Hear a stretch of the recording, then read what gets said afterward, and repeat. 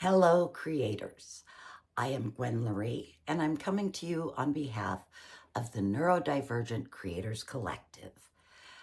In my last video about doing warm-ups for actors, I mentioned using Voice Memo on your phone. Every phone has some version of it if it's a smartphone. And there's been a few questions, which brings us to this, the very first episode of what works and what doesn't. So, Voice Memo is a freely available tool that will help you come to understand your own voice. It is wonderful for listening how your voice changes after warm-up, previous video. It's great for trying out character voices. What characters sound natural to you? Which ones don't? If you're working on a monologue and you're wondering how it sounds, because we're hearing it in our head, hearing it from another source often sounds different than what we think we're saying. Voice Memo is great for all of that. And it's there. You can use it. What Voice Memo is not good for, and I know because I used it for quite a while when I was first starting out, is working on scenes. Even ones where you have a long monologue, using Voice Memo or any of the other apps that will purportedly help you learn scenes are going to take you totally out of the character, which is a totally different video. We'll get into that. But it also stops you from reacting. Best case scenario, you learn the words. Worst case scenario, yeah, you know what words to say, and you've already trained your brain how you're going to say them, what you're going to spit out as soon as you hear that last word from the other character. We don't want to do that. It's gonna look robotic. It's gonna look really dead. So you don't want to put yourself in that situation. We are neurodivergent. If you're watching this video, you probably are. So I use we. We have different ways of learning. So if I'm working on a scene, the very first thing I will do is jump into that whole character thing, which, as I said, is a whole nother video, all in and of itself, because that's a journey. But when I get down to wanting to learn the words, I learn the best by writing. So I will write out that entire scene, maybe 3 or 4 times. For myself, I'll write the other characters in black ink or cursive, and then I write my lines in blue ink, in printing, in bigger, so I know what they are. The next step is get up and start moving. Say those lines.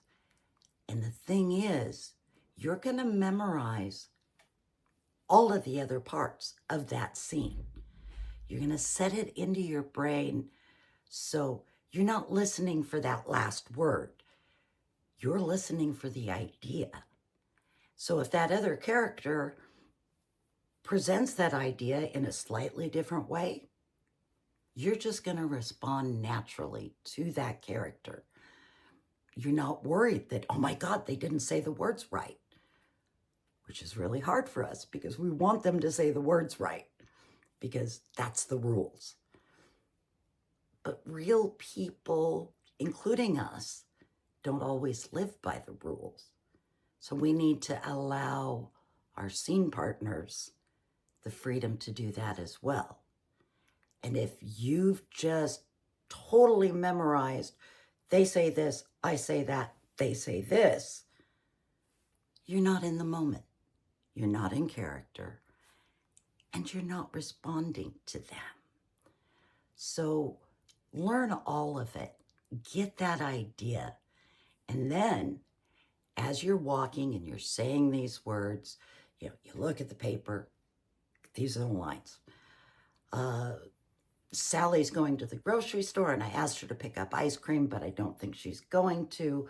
Then John says, I'm sure she'll remember and she'll probably get strawberry. I hate strawberry. I don't, but Then I'm going to put that paper down where I can't see it and I'm going to walk. And I'm just going to keep saying those conversations. But I'm going to change the way I say it so that my brain doesn't get locked in to any one way of saying it.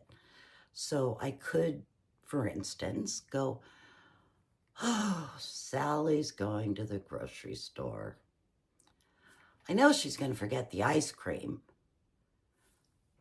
Well, maybe she'll remember. I bet she gets strawberry.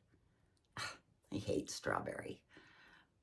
Or, Sally's going to the grocery store, and I bet she's going to forget the ice cream. Oh, I'm sure she'll remember. She'll probably get strawberry. I hate strawberry. You see, there's differences. There's reactions. And I'm not training my brain to say the same words in exactly the same way. Another trick you can do, especially on a line that's like really weird and doesn't feel natural to you, just repeat that line over and over and over again. But put the emphasis on a different word each time you go through. So we'll keep it short. Sally's going to the grocery store. Sally's going to the grocery store. Sally's going to the grocery store. Sally's going to the grocery store. Sally's going to the grocery store. Sally's going to the grocery store. Sally's going to the grocery store. See how that changes it? And it depends on your character and your scene partner's character, how you're going to do it. But we're not locked in. So please avoid using technology to try to learn your scene. Use your brain. Use whatever learning works best for you. But remember to keep it fluid. Robert Blanche, who is a very well-known, well-loved actor in Portland, who has since passed, used to say, and he was talking about preparing for an audition, but he'd say, think of it like making a pizza. You want to have all of the ingredients there ready to go, but don't put those ingredients on the pizza until you get in the moment. You know what you're bringing to this character and this scene.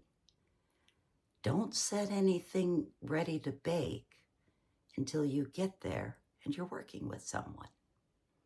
So that's our first episode of what works and what doesn't. If you enjoyed this, please like, subscribe, share, and I'll be back soon with lots more. Bye.